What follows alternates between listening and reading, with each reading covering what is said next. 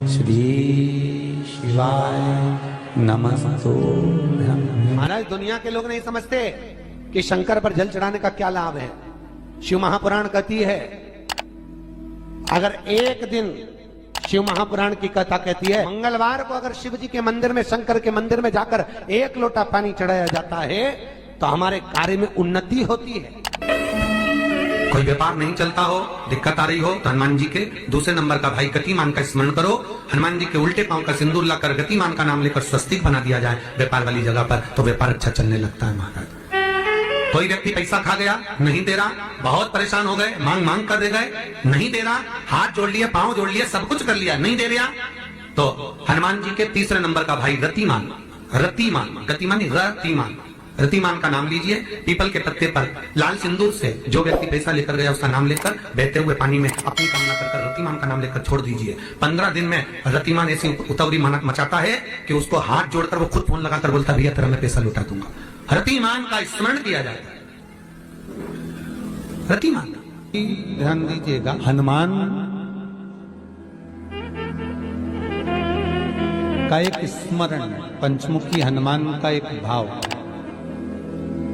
महाराज, जैसे बहुत ज्यादा तकलीफ अगर व्यक्ति को हो गई है, बहुत कष्टमय जीवन चल रहा है, हार गए हर जगह से और तकलीफमय जीवन चल रहा है, तो पंचमुखी हनुमान का एक शिव महापुराण का और स्कंद पुराण का एक बड़ा सुंदर मंत्र है। उस मंत्र को आप सब एक बार हमारे साथ में बोलें।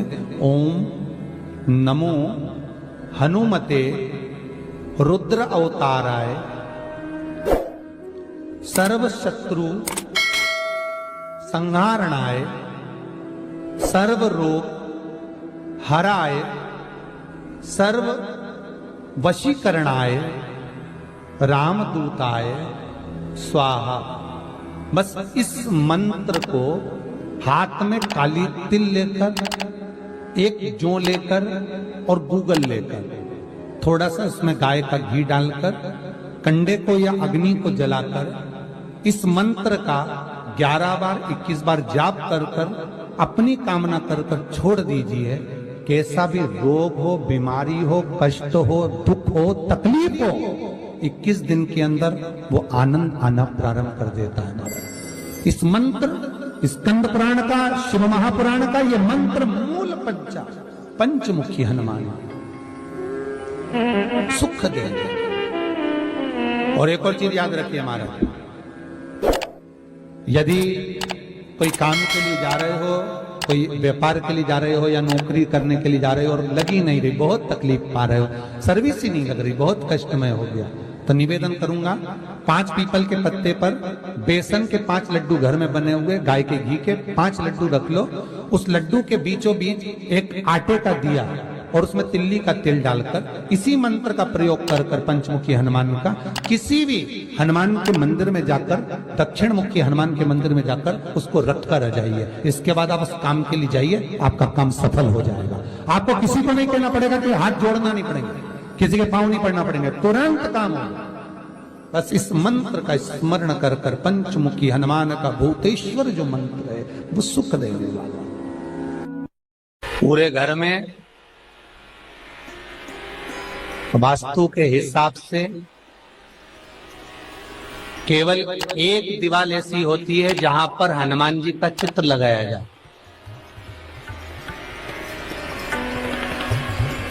चाहे तुम पर्वत उठाने वाला चित्र लगाओ हनुमान जी का, चाहे बैठे हुए लगाओ, चाहे रामायण पढ़ने वाला लगाओ, चाहे लंका दहन करने वाला लगाओ, चाहे राम नाम जपने वाला लगाओ, चाहे लक्ष्मण को संजीवनी देने वाला लगाओ, चाहे मौन मुद्रा में लगा दो, चाहे स्तुति में लगा दो, चाहे भजन में लगा दो। हनुमान जी का कोई भी चित्र लगता है तो ना पूरब में लगेगा, ना पश्चिम में लगेगा, ना दक्षिण में लगेगा। हनुमान जी का अगर चित्र लगता है तो उत्तर की दीवार में दक्षिण को देखते हुए लगता है, केवल एक ही स्थान।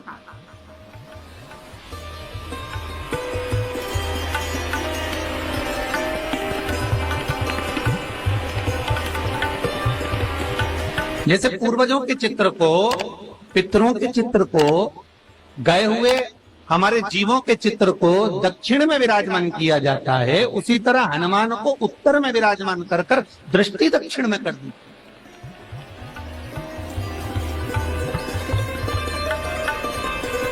घर में हनुमान जी के जितने फोटो होते हैं उसको केवल दक्षिण दिशा में लगा, उत्तर दिशा में लगा बिठाते थे, और दक्षिण की ओर उनकी दृष्टि होना चाहिए, दक्षिण की ओर उनका मुख होना चाहिए। क्यों?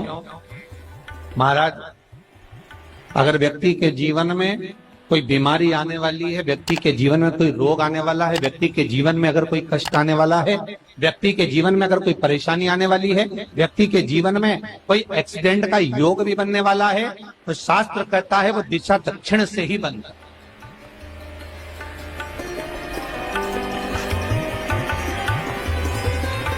ये दक्षिण जो दिशा है ये यम की दिशा।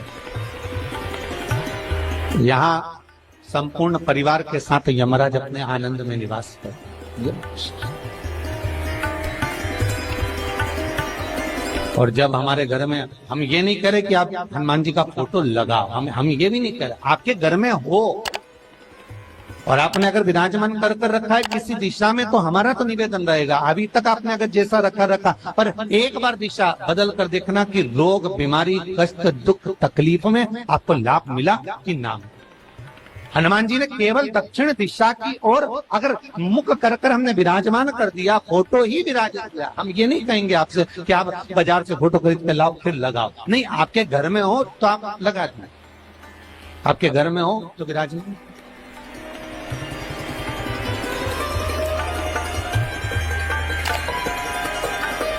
अच्छा, कितनी विपरीतता है वो भी आप जरा जानिएगा महाराज, कि शंकर भगवान के ऊपर जो जल चढ़ाया जाता है उसकी जलाधारी उत्तर में जाती है महाराज। भगवान शिव का जो जल जा रहा है वो उत्तर की ओर जा, और हनुमान जी को उत्तर में विराजमान कर मुख दक्षिण की ओर कर। क्यों? प्रबल दिशाओं में उत्तर और दक्षिण महाराज, ये जो दो दिशाएं, इनको साधने के लिए कोई देवता आगे नहीं। अगर इन दिशाओं को कोई साधने वाला है तो केवल एक देवाधिदेव महादेव ही हो सकता, काल का हरण करने वाला वो महान काल ही हो सकता। शंकर का ही एक अवतार है हनुमान जी महाराज, रुद्र अवतार महाराज। हनुमान जी से कहा तुम दक्षिण की ओर दिशा पर संभालिए, शिव जी कहते हैं मेरा जल जब उत्तर की ओर जाएगा तो इस दिशा को मैं संभालू, चिंता ना करिए। जो स्मरण करने वाला होता है, भजन करने वाला होता है, कीर्तन करने वाला होता है, नाम जाप करने वाला होता है, उसका भी शास्त्र विधान कहता है,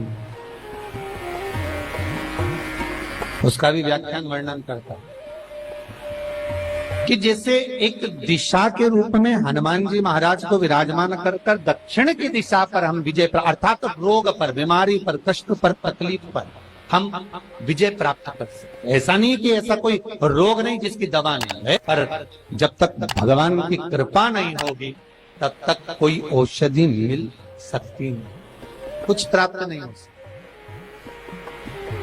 जब भगवान करुणा करते हैं तो आप रूप कुछ ना कुछ सुख की अनुभूति हो जाती है, अपने आप सुख का भान हो जाता है।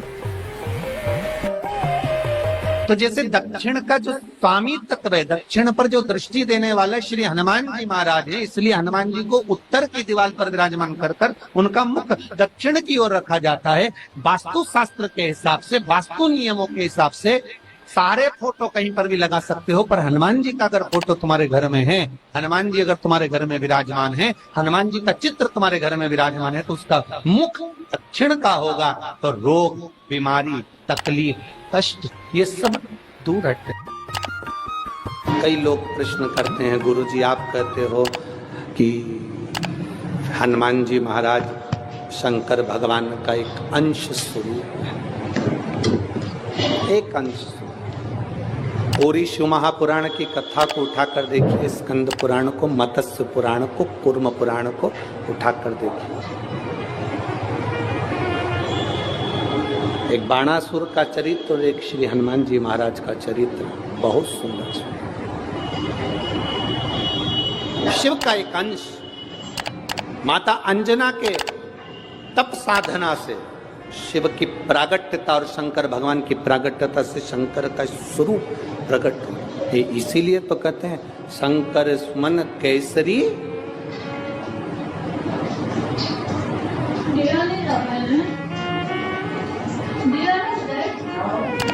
शिव का एक स्वरूप है हनुमान जी।